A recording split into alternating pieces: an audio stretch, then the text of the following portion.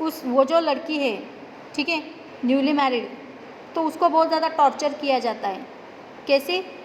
अगर वो दहेज की पूरी रकम लेकर नहीं आती है तो उसको टॉर्चर करके फिर से उसके मैके भेज दिया जाता है। उसको खाना नहीं देते, बहुत ज़्यादा काम बोलते करने के लिए, यानी फिजिकली और मेंटली टॉर्चर उसको करते रहते हैं। तो इससे क्या होते हैं, जो मैरिड वीमेन है हमारे देश में, तो वो भी बहुत ज़्यादा सुसाइड होते हैं। बहुत ज़्यादा हम न्यूज़पेपर में देखते हैं कि किसी ने जलकर सुसाइड कर ली, किसी ने पॉइजन ले लिया in this way. So see that it is a very difficult for a girls family to fulfill the huge dowry demands of a groom's family. At times, a father has to use all his savings or even take huge loans to get a daughter married. So see that many of the parents take a loans from bank or a money lenders, but it is very difficult to return that money to that bank or money lender. So they also committed suicide over there. So ये हो गया एक causes why the female foeticide means why the people killed the baby girl. Second, यहाँ पर अगर हम देखें हमारे इंडिया का ट्रेडिशन अगर हम देखें, so in our India that women it last least throughout their lives even when pregnancy also. हमारे देश की जो महिलाएं, सपोज अगर जॉइंट फैमिली है, तो जॉइंट फैमिली में क्या होता है कि जो महिला है वो सबसे लास्ट में खाना खाती है। पहले घर के जो मेल होते हैं, फिर जो बुज़ुर्ग होते हैं, ओल्ड पर्सन, वो खाते हैं, फिर बच्चे, चिल्ड्रन, और फिर सबसे लास्ट में वीमेंस खाना खाती है। अगर वो प्रेग्नेंट हुई तब भी। और इसीलिए so India has a very high rate of child मल न्यूट्रिशन। मल nutrition means what is the meaning of मल न्यूट्रिशन? मल न्यूट्रिशन यानी कुपोषण, कुपोषित। बहुत ज़्यादा बच्चे मल न्यूट्रिशन बॉर्न होते हैं, यानी कुपोषित जन्म लेते हैं हमारे देश में। So see that is the examples of female foeticide and gender inequality. So see that two examples are there. First one, growing up in Samoan in 1920s. Samoa, what is Samoa? Samoa is the islands, are a part of large group of small islands in the southern part of the Pacific Ocean. It is an island, Samoa. So see that in the 1920s, according to research report on Samoan society, children not go to school. एक संशोधन में, एक research में ये क्या पाया गया कि Samoan childs they are not go to school.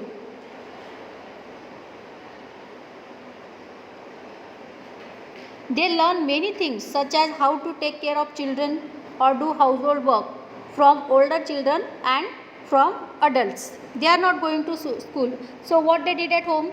They take care of their family or their children. Small children means their parents going outside for a work. On that time they have to take care of their small brothers and sisters, and they learn many household activities.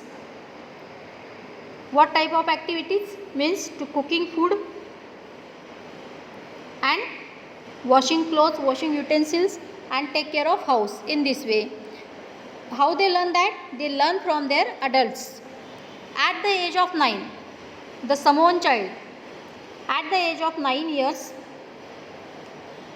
the boys started to learn or join the outdoor activities. यहाँ पर अगर हम boys का example दें तो जब वो 9 साल के हो जाते हैं, सो वो क्या करते हैं, आउटडोर एक्टिविटीज़ करना स्टार्ट कर देते हैं.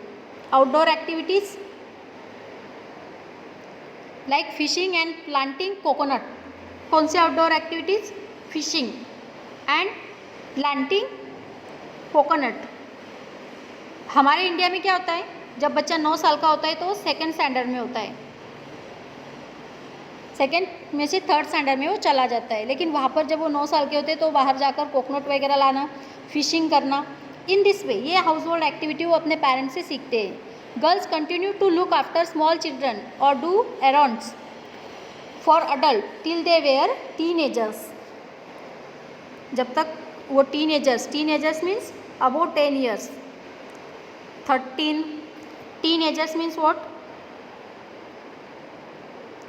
देखो 13 की अगर हम स्पेलिंग देखें THIRTEEN। तो ये लास्ट में ये जो टीन होता है दैट इज़ कॉल्ड टीनेजर्स। और ये कब तक चलता है? 13 to 19। 13 to 19 का जो पीरियड है वो टीनेजर्स का पीरियड काउंट किया जाता है। तो जब तक वो टीनेजर्स यानी अबाउट 12 ईयर्स अगर वो जब तक नहीं हो जाते तो वो अपने भाई बहन को ही घर में संभालती है, बाहर नहीं निकलती। And after that they would go for fishing and work on plantation और view basket.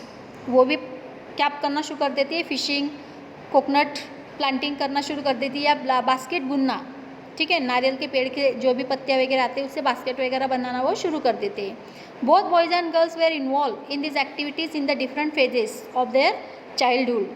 Food was cook in special cooking house where the boys did the cooking while the girls help in preparation. Now see that one main important difference is here. In our Indian society, the boys are not allowed to go in kitchen. लड़कों को allow नहीं kitchen में जाना. But in Samoan family, where the boys started cooking,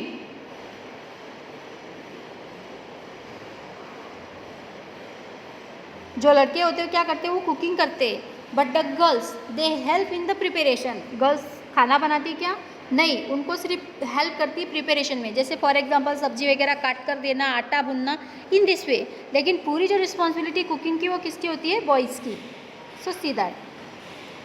अगर हम यहाँ पर difference देखें Indian children and Samoan children, तो it's lots of difference is there. Samoan children and Indian children का डिफरेंस देखो. They are not go to school, but in our Indian child they are go to school from 4th year. 4 साल से ही बच्चा school में चला जाता है. They did the household activity. We our parents not allow to do any household activity. In Samoan children girls can't cook. In our Indian child, the boys not allow to cook food.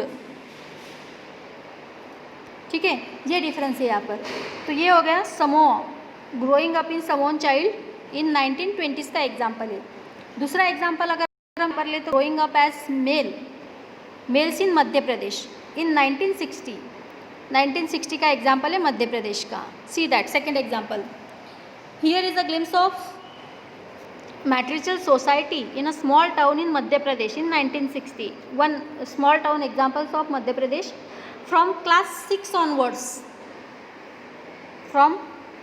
6 onward, the boys and girls sent to separate school and even their school were designed a totally different ways. In our Jain International School, what happened there? Separate school है क्या आप लोगों के लिए? No, एक ही school है, but your sitting arrangement is different. Means 1 रो, यहाँ पर अगर 4 रो है, ठीक है, तो 1 रो पूरी गर्ल्स की होती है, बाकी के 3 रो जो है वो बॉयज़ के. पर एक ही स्कूल में हो आप सब. But in a Madhya Pradesh there is a separate school from class 6. Boys and girls, boys के लिए अलग स्कूल है, गर्ल्स के लिए अलग स्कूल है, सेपरेट स्कूल है. एंड उनकी स्कूल जो है उनका डिज़ाइन भी बहुत अलग से है. कैसे देखो, in the girls school central courtyard was made where the girls school play with in the protected 4 walls of the school. जहाँ पर गर्ल्स की स्कूल है, सपोज अगर ये स्कूल बिल्डिंग है तो ये पूरे चारों साइड से एक वॉल कंपाउंड है पूरे स्कूल को. गर्ल्स स्कूल पूरा वॉल कंपाउंड है चारों तरफ से. Whereas the boys there was no close courtyard. और अगर बॉयज़ को स्कूल है तो वो पूरी तरह से ओपन है, कोई कोर्टयार्ड नहीं है, कुछ नहीं है, कंपाउंड वगैरह कुछ नहीं, यानी उनको प्रोटेक्शन देने की ज़रूरत नहीं है, पर इनको प्रोटेक्शन में रखा जाता है. The open ground near to school was there play ground. पूरा मैदान खुला है जहाँ पर वो खेल सकते हैं. Every evening once school was over, the boys watch 100 of school, girls crowded the narrow street. देखो what happened after the school. अभी यहाँ पर लड़का लड़की जिनको सेपरेट किया जाता है, बॉयज़ एंड गर्ल्स को, जब वो 6th स्टैंडर्ड में होते हैं. अभी आप 6th स्टैंडर्ड में जब आप होते हैं तो आपकी उम्र होती है नियर अबाउट 11 to 12. तो यहाँ पर जैसे स्कूल छूटती है तो यहाँ पर क्या होता है कि सपोज अगर ये गर्ल्स स्कूल है, ये रास्ता, इस रास्ते से गर्ल्स बाहर आती है, तो यहाँ पर पूरे बॉयज जमा हो जाते हैं उनको देखने के लिए। Why? That is a physical attraction. अगर वो सेपरेट स्कूल में, उन्होंने कभी लड़की को देखे ही नहीं है उनके क्लास में, ठीक है, तो एक तरीके का अट्रैक्शन हो जाता है उनकी गर्ल्स की तरफ। तो जैसे ही स्कूल छुट्टी और सारी गर्ल्स यहाँ से जब घर जाती है तो ये बहुत ही उनको ताकते रहते, देखते रहते उनको। Why? Because it is a physical attraction जो टीनेजर्स में बहुत ज़्यादा होता है।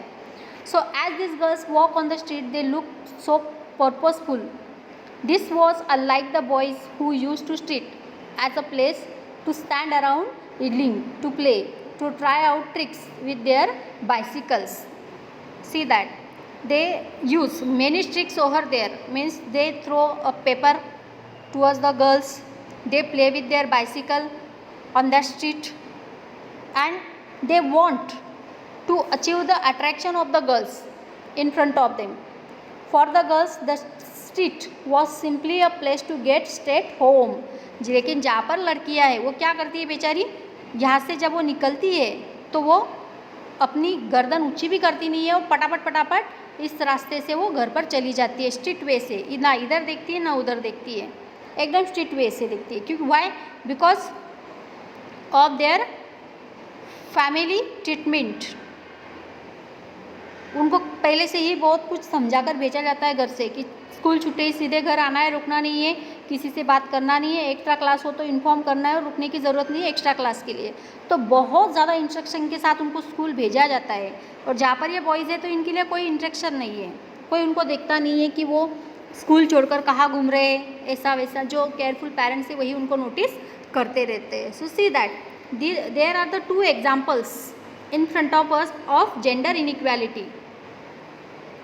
ठीक है, पहला ये फीमेल पोइटिसाइड है जहाँ पर अगर मेल बॉय है, बेबी बॉय है तो उसको रखा जाता है, और बेबी गर्ल है तो उसको मार दिया जाता है।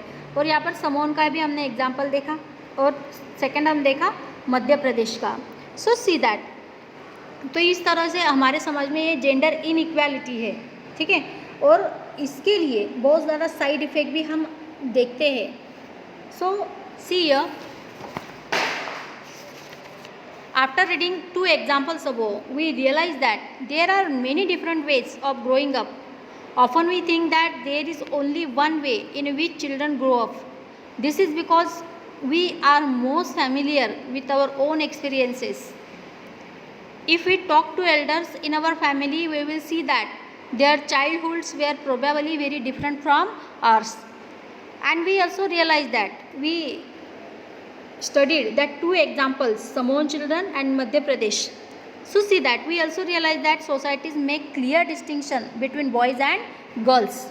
The society where we live, that society make the clear cut instruction for boys and girls. क्या rules and regulation boys को follow करने और girls को follow करने। This begin from a very young age. We are, for example, even different toys to play with.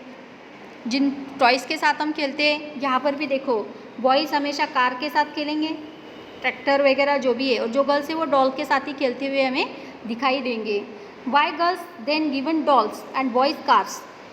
Toy become a way of telling children that they we have different future when they become men and women. ये toys क्या है, ये example है उनके लिए कि वो future में क्या बनेंगे। अगर बॉयज़ को हम कार ट्रैक्टर देते हैं तो वो इंजीनियर बनेंगे, ड्राइवर बनेंगे, लेकिन गर्ल्स को अगर हम डॉल देते हैं तो वो एक हाउसवाइफ बनेगी। यानी आपका फ्यूचर है, आप जो टॉयज सिलेक्ट करते हैं बचपन में वो आपका क्या है, एक फ्यूचर है। और ये तभी से हमें इसलिए दिया जाता है कि जब अब तुम बड़े होकर मेन वीमेन बन जाओगे तो यही तुम्हारा फ्यूचर रहेगा।